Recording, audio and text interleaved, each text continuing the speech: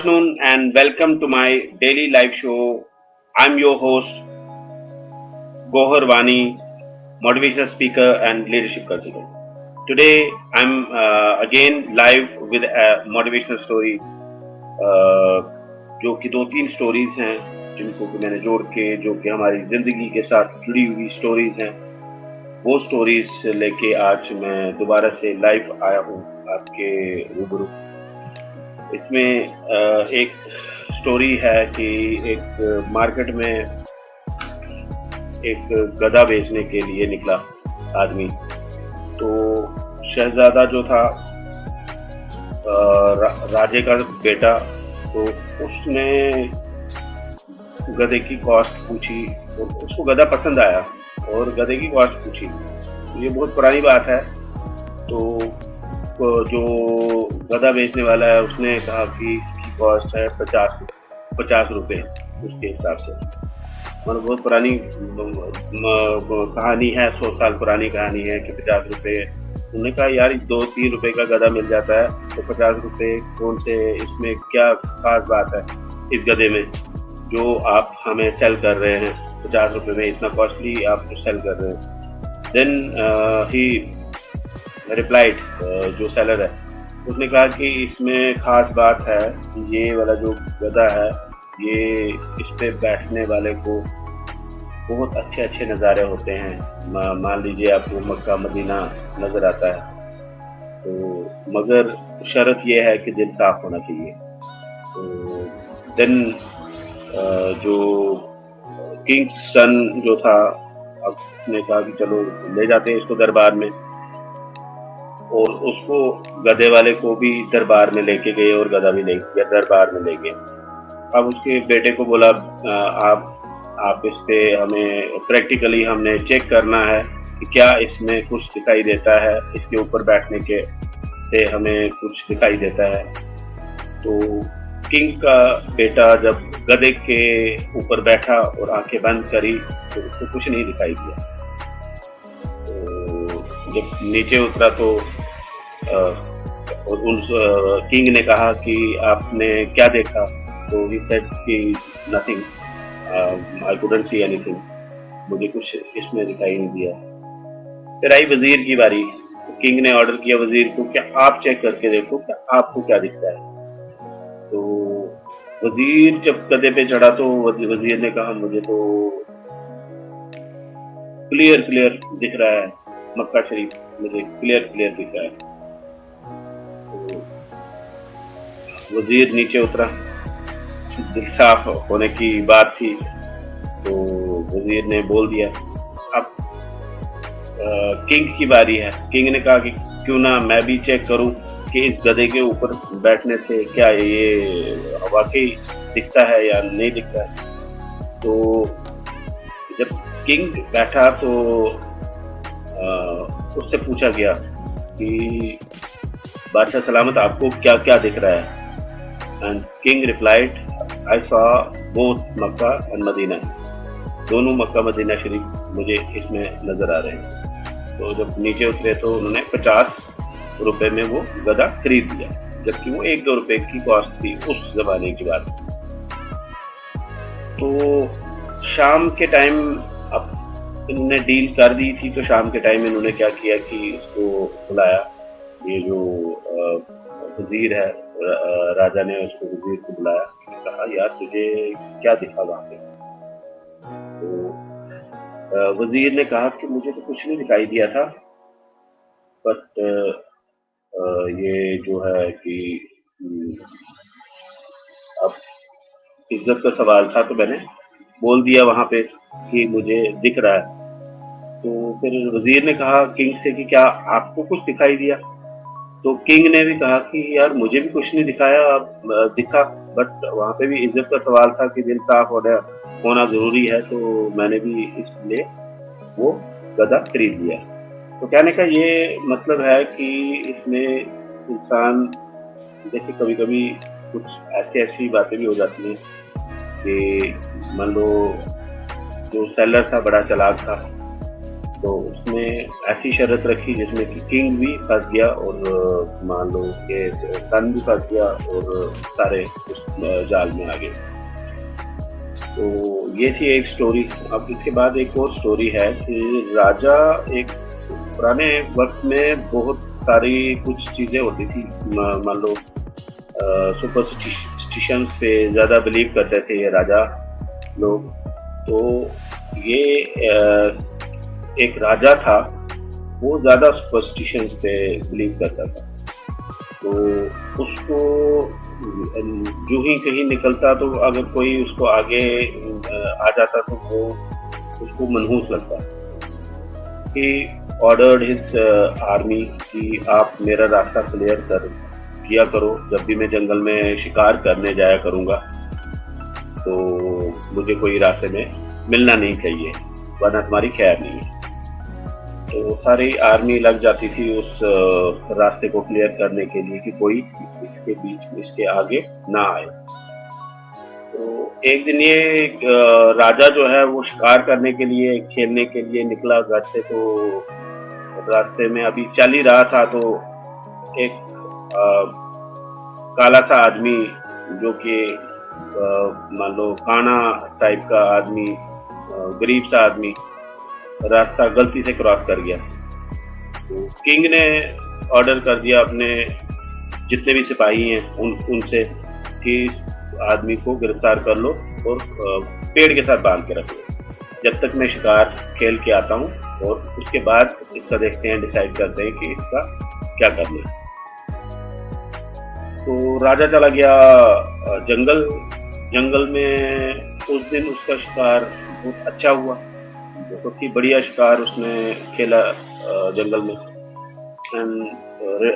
जब अभी वो जंगल में ही था तो सिपाहियों से पूछने लगा, जो अपने काम के लिए निकला था, रोजी रोटी के लिए निकला था, तो सिपाहियों से पूछा कि ये क्यों मुझे बांध के रखा हुआ है, मुझे तो कम से कम पता होना चाहिए कि मुझे क्यों बांध के रखा हुआ है। तो उसने जो सिपाही हैं उन्होंने यही कहा है कि यार तेरी खैर नहीं है, अगर राजा को कुछ नहीं मिलता आज, अगर राजा का दिन खराब निकला तो तुझे फांसी पे लटका देंगे। तो उसने, जो मजदूर था, उसने कहा कि चलो आने दो राजा को, उसको भी मैं बताता हूँ, ऐसे भी तो जाना है, वैसे भी आना है, जाना ही है, तंग आमद बजंग आमद, तो मैं इसका सलूशन कर लेता हूँ। तो जो ही राजा वापस आ गया शिकार खेल के, तो शिकार बहुत बढ़िया शिकार हुआ था, बहुत सारे उसने मान लो शिकार लाए थे, तो उसका दिन बहुत बढ़िया निकला था। और उसको जो हर एक के लिए वो बोल रहा था कि ये मनहूस होते हैं लोग जो आगे आते हैं, जो सुपरस्टिशंस वो छुपाल के रखी हुई थी, तो वो सारी उस दिन लगा कि ये गलत है, तो ये तो अच्छा खुशनसीब आदमी है जो मुझे सुबह सुबह मिला, इसकी वजह से तो मेरा आज का दिन निकल गया। तो जब ये उस बंदे के पास पहुंचा, वहाँ पे सिपाहियों को उसने, राजा ने ऑर्डर कर दिया कि खोल दो इसकी जो बेड़ियाँ शेड़ियाँ जो भी बांध के रखा हुआ है, इसको खोल दो और इसको फ्री कर दो, क्योंकि आज का दिन मेरा बहुत बढ़िया निकला, तो ये मनहूस नहीं है, तो इसको छोड़ दो। तो अभी ये छोड़ ही रहे थे तो इसने कहा, राजा मैं कुछ बोलना चाहता हूँ आपसे। कहा क्यों?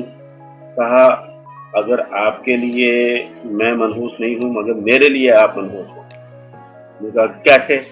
कहा कि मैं निकला था रोजगार के लिए, अपने बाल बच्चों के लिए, रोजी कमाने के लिए, और आप मुझे रास्ते में मिले और आपकी वजह से आज मेरा दिन खराब हुआ, तो इसलिए आप मनहूस निकले मेरे काम के लिए।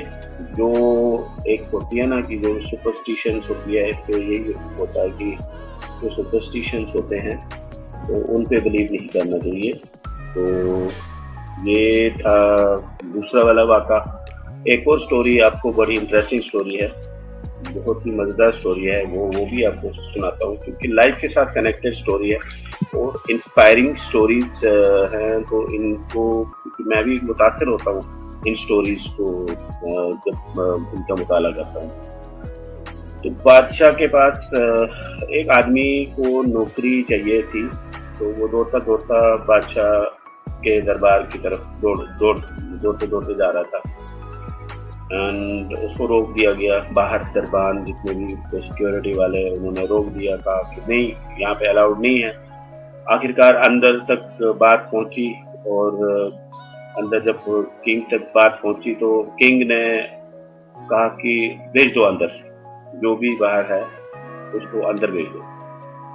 एंड जब वो अंदर आया तो उसने किंग को कहा कि मुझे एक रोजगार की तलाश में आया हूँ, मुझे नौकरी दे दीजिए, कहीं पे भी आप एडजस्ट कर दीजिए, किसी भी जगह पे आप एडजस्ट कर दीजिए, तो कहीं पे भी जॉब दे दीजिए। अच्छा, किंग ने ये कहा कि यार आप मुझे बताओ आप क्या काम कर सकते हो, तो कौन कौन से काम में माहिर हो। ने कहा किसी भी काम में आप लगा लो, मैं हर एक काम कर सकता हूँ। तो उन्होंने कहा कि चलो आप हमारे घोड़े जहाँ पे बंधे होते हैं, अस्तबल उसको कहते हैं, तो अस्तबल की रखवाली आप करो। तो आज से, क्योंकि अस्तबल का मालिक जो उनको देख रेख करता था तो वो मर चुका था, तो इन्होंने भी बादशाह ने भी गनीमत समझी कि कोई बंदा मिल गया जो अस्तबल को संभाले। घोड़ों की जगह जो होती है शायद अस्तबल जिसको कहते हैं, तो वहाँ पे चला गया। अब अस्तबल में ये काम कर रहा था तो 4-5 दिन के बाद किंग आ जाता है, तो पूछता है आपका काम कैसा चल रहा है। बहुत बढ़िया काम चल रहा है। कहा अच्छा, इन घोड़ों में आप क्या आपने क्या ऑब्जर्व करा, क्या कौन घोड़ा कैसा है। कहा जी ये वाला घोड़ा नस्ली घोड़ा नहीं है। कैसे बोल सकते हो आप, ये वाला घोड़ा नस्ली घोड़ा नहीं है, आप इंक्वायर कर लो। तो बादशाह ने उसका जो इंक्वायरी स्टार्ट कर दी कि ये कैसे जो नस्ल, कैसे अच्छी नस्ल का घोड़ा क्यों नहीं है, इसका क्या क्या रीज़न है। तो इसने इंक्वायर करना शुरू कर दिया। तो जिनसे घोड़ा लिया था तो उनसे बात करी, तो उन्होंने कहा कि हाँ वाकई ये घोड़ा जो ही पैदा हुआ था तो इसकी माँ मर गई थी, तो इसने गाय का दूध पिया था, तो इसका जो बिहेवियर है वो उसी टाइप का बिहेवियर हो सकता है। तो वो बात भी ट्रू निकली कि अच्छी नस्ल का घोड़ा नहीं था। तो देन उसने उसकी प्रमोशन कर ली। कहा कि यार तू तो बड़ा ज्ञानी आदमी है, तू अब आप मेरे दूसरे उसमें चला जा, तो वहाँ पे तू काम कर। तो उसने रानियां जहाँ पे होती हैं उस महल में उसको प्रमोट करके वहाँ पे रखा। तो प्रमोट करके अब वो वहाँ पे उनकी देख रेख कर रहा था, नज़र रख रहा था। एक दिन बात करते करते राजा आया, तो राजा ने उससे कहा कि यार अब तुझे तो बड़ा टाइम हो गया अब इन रानियों की देखभाल करते हुए, तो इनमें से मुझे बता कि इसमें मेरी जो बेगम है इसके बारे में क्या ख्याल है। तो इसका रिप्लाई ये था कि जो ये घोड़े वाला था, जो ये नौकरी करने के लिए आया हुआ था, कि ये शहजादी नहीं है, ये शहजादी कौम की नहीं है, ये किसी मान लो अलग कौम की है, मगर शहजादी वाली कौम की नहीं। क्योंकि इसको पता चला तो इसने इसकी सास को बुलाया। तो सास जो ही आई तो सास से पूछा गया, बताएं आपकी जो बेटी है ये क्या आपकी बेटी नहीं है। तो सास ने जवाब दिया कि नहीं, ये मेरी बेटी नहीं है, क्योंकि मेरी बेटी का, क्योंकि उन दिनों बाल विवाह होता था, क्योंकि बच्चा पैदा होता था किंग के या मानो के लिए घर में, तो वो पहले ही सेट कर देते थे कि आज से हमने यहाँ पे ही शादी करनी। तो राजा को वादा कर दिया था दूसरे किंग ने कि जो जो जो ये बच्चा है इसकी शादी हम आपके जो बेटा होगा उसके साथ करेंगे। तो जो ही बच्चा पैदा हुआ तो बच्चा पैदा होने के 6 महीने के अंदर अंदर उसकी डेथ हो जाती है, तो इन्होंने किसी और बच्चे को गोद लिया, किसी की बच्ची को गोद लिया, और जब गोद लिया तो उसको पाला पोसा तो बड़ा किया और उसको शहजादी बना के इस राजा के हवाले कर दिया और शादी हो गई। अब इससे पूछा गया कि भाई साहब आप हमें ये बताओ कि ये आपको इस चीज का कैसे पता चला? मानते हैं कि घोड़ों की नस्ल का आपको ऐसे पता चला कि वो अलग तरीके से उसका बिहेवियर अलग था या कुछ अलग था, तो इस शहजादी को आपने कैसे डिटेक्ट किया कि शहजादी शहजादी नहीं है, ये किसी और खानदान से, ये किसी शहजादे की बेटी नहीं है, ये किसी आम किसी इंसान की बेटी? तो इस जो ये घोड़े वाला या जो ये नौकर था जो नौकरी पे था, तो उसने जवाब में ये कहा कि ये मेरा ये है कि ये वाली जो औरत थी, ये जो आपकी बेगम साहिबा है, शहजादी जो होती है वो रूडली अपने सर्वेंट्स, अपने जो अपने एम्प्लॉइज होते हैं उनके साथ बिहेव कभी भी नहीं करती। तो ये सभी सर्वेंट्स के साथ रूडली बिहेव करती थी और रूडली पेश आती थी, हर एक को तंग करके रखा हुआ था। तो मैंने अंदाजा लगा लिया कि ये शहजादे वाली कौम से नहीं हो सकती, ये किसी और कौम से हो। तो ये बात भी सही निकली। देन अब इसको दोबारा से प्रमोट करके तो किंग ने इसको कहा कि तू आज से तू मेरे साथ साथ रहेगा। तो अच्छी बात है। तो अब ये बादशाह के साथ साथ रहता था, तो जब भी कोई अच्छा काम करना तो इसको कोई ना कोई अवार्ड मिल ही जाता था। तो छोटा मोटा रिवार्ड देते थे, अवार्ड देते थे, कुछ भेड़ बकरियां वगैरह कुछ दे देते। तो एक दिन राजा, अब कुछ टाइम गुजरने के बाद तो इसमें राजा ने बहुत मुश्किल क्वेश्चन इससे कहा कि आपका मेरे बारे में क्या ख्याल है? तो यही जो काम करने वाला है, इसने कहा कि आप मेरी जान बख्शेंगे तो मैं आपको जवाब दे दूंगा। बख्श ली, आपको कुछ नहीं होगा, मैं आपको कुछ नहीं करूंगा, मगर आप मुझे बताओ कि आपका मेरे बारे में क्या ख्याल है, क्या आपके ख्यालात हैं कि मैं मेरा क्या मेरे बारे में किस टाइप का आपका वो बिहेवियर है? तो उन्होंने क्या कहा कि बादशाह सलामत, आप भी किसी राजा के औलाद नहीं हैं, आप किसी वडेरा नहीं होता है जो गाय चराने वाले, बकरियां चराने वाले, आप किसी वडेरे की औलाद है। ये सुन के राजा आग बबूला हो गया और उसने जल्दी से अपनी माँ को बुलाया, ताकि ऐसे इसने मेरे पे इल्जाम लगा दिया, मैं राजा का बेटा नहीं हूँ। तो ये तो बहुत ही गलत बात है। तो उसने फिर माँ को बुलाया और माँ से कहा कि माँ, ये क्या मैं आपकी औलाद नहीं हूँ? तो माँ ने कहा कि मैंने आपको गोद दिया था, हमें बादशाहत बचाने के लिए तुम्हें गोद देना पड़ा, क्योंकि बादशाह का बेटा मर गया था, तो इसलिए हमें आप ये जो बादशाहत है, ये जो किंगशिप है, ये कोई और इस पे कब्जा कर लेता तो हमने आपको गोद लेके आपको किंग बना दिया, तो आप एक वडेरे के ही बेटे हो। तो इससे हाँ, अब ये किंग का अब ये एक और क्वेश्चन था इसमें कि भाई साहब, अब आप मुझे ये बताओ, आपको मेरे बारे में कैसे ये पता चला कि मैं बादशाह का बेटा नहीं हूँ, मैं किसी वडेरे का बेटा हूँ या किसी शिपवर्ड का बेटा हूँ?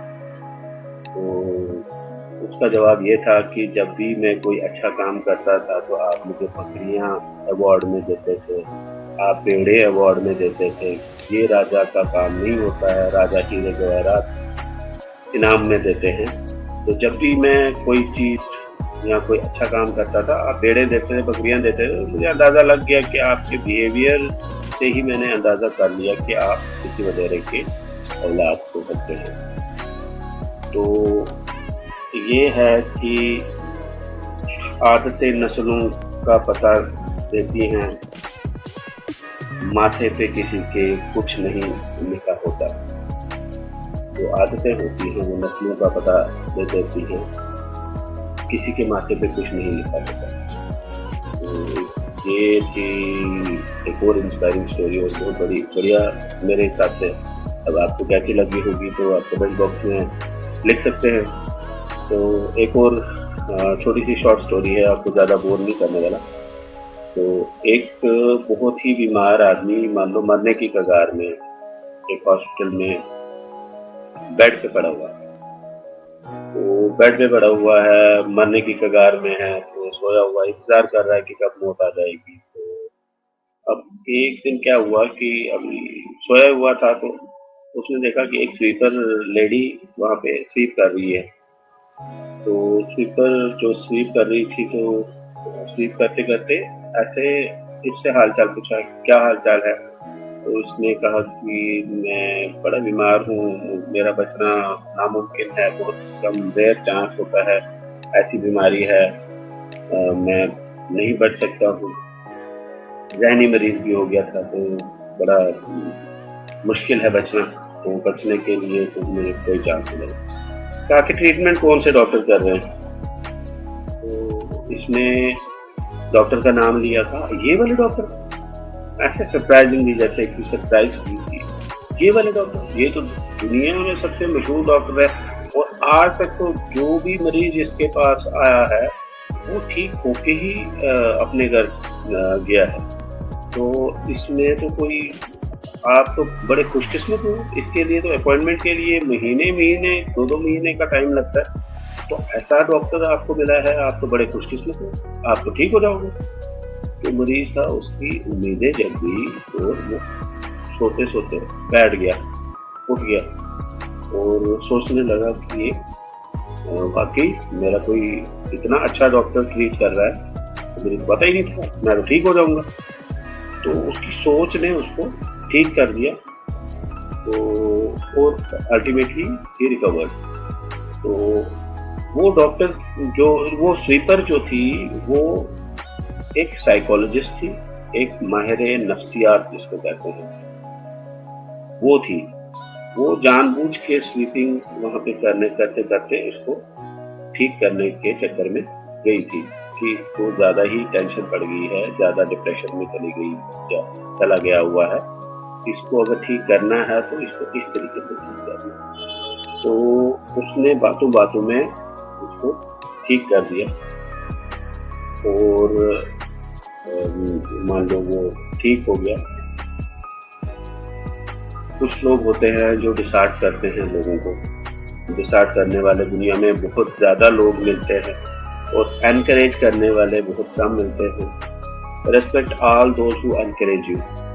उन सभी लोगों को आप रिस्पेक्ट करना जो आपको एनकरेज करते हैं। और अभी टाइम हो गया है मेरे शो का। I am signing out. दीजिए इजाज़त, फिर मिलेंगे।